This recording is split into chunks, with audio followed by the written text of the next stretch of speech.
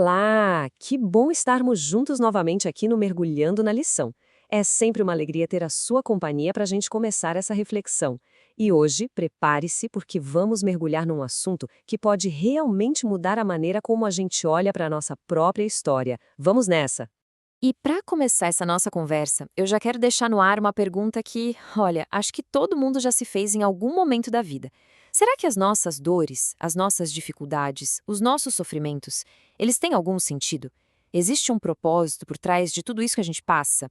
É justamente sobre isso que o nosso estudo de hoje nos convida a pensar. E o nosso ponto de partida para essa reflexão vai ser a vida de ninguém menos que o apóstolo Paulo. Vamos dar uma olhada na experiência dele para tentar descobrir como ele conseguiu enxergar um propósito profundo, mesmo no meio das maiores dificuldades que alguém poderia enfrentar. Bom, vamos lá. Para Paulo, estar preso, acorrentado, ser perseguido, nada disso era um mero acaso, sabe? Não era um erro no caminho. Ele tinha uma convicção muito firme de que tudo aquilo fazia parte de um plano muito, mas muito maior, o plano de Deus.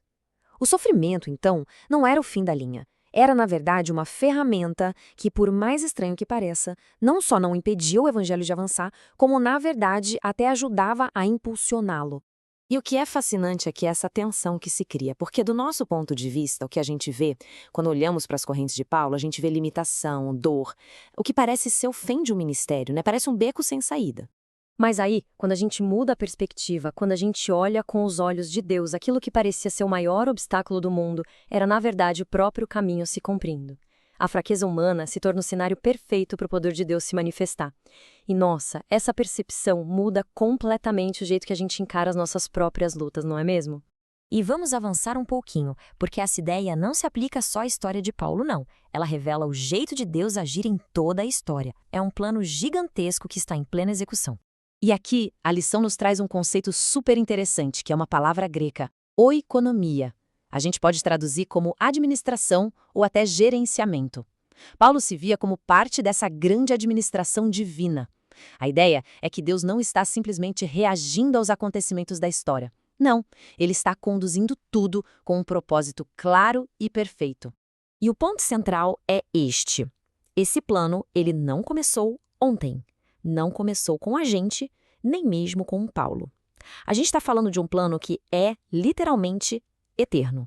Olha, esse esquema aqui ilustra muito bem a dimensão disso tudo. Pensa comigo. Antes mesmo de um mundo ser criado, o plano já estava lá, em Deus. Aí, ao longo de toda a história, a gente vê esse plano se desenrolando. Hoje, agora, nós somos parte ativa desse plano. E ele não para aqui, ele continua em direção à eternidade, onde ele vai se completar totalmente. Certo? A ideia é gigantesca, a gente entendeu. Mas aí fica aquela pergunta, né? Tá, e como é que essa realidade tão imensa se encaixa na minha vida? No meu dia a dia, na minha rotina, nas minhas alegrias e principalmente nas minhas angústias? Onde a nossa pequena história entra nesse plano eterno? A lição nos dá algumas dicas bem práticas. Primeiro, o convite é para a gente viver uma vida de confiança e obediência, mesmo quando a gente não está entendendo nada. É ter aquela certeza lá no fundo de que nenhuma experiência, por mais difícil que seja, é desperdiçada nas mãos de Deus. É entender que a nossa fidelidade nas pequenas coisas de hoje tem um eco na eternidade. E o mais bonito de tudo, a gente não está sozinho nessa jornada. O Espírito Santo está nos guiando a cada passo, dentro desse grande propósito. Vamos parar um segundinho para absorver essa frase. Quando entregamos nossa vida a Deus, até o sofrimento se torna parte de sua obra eterna. Isso é muito profundo, é transformador. E tudo isso nos leva para um lugar de descanso e de confiança. Uma confiança que não depende do que está acontecendo ao nosso redor, mas que está firmada no grande autor de toda a história. É muito importante a gente ter isso sempre em mente, sabe? O plano de Deus não começou com a gente. E ele também não vai terminar com a gente. Nós somos parte de algo infinitamente maior do que a nossa própria existência. Esse plano maravilhoso tem suas raízes lá na eternidade, num passado muito distante, e os seus frutos vão se estender por toda a eternidade que ainda virá. E é exatamente por isso que a grande mensagem que fica para nós é esta.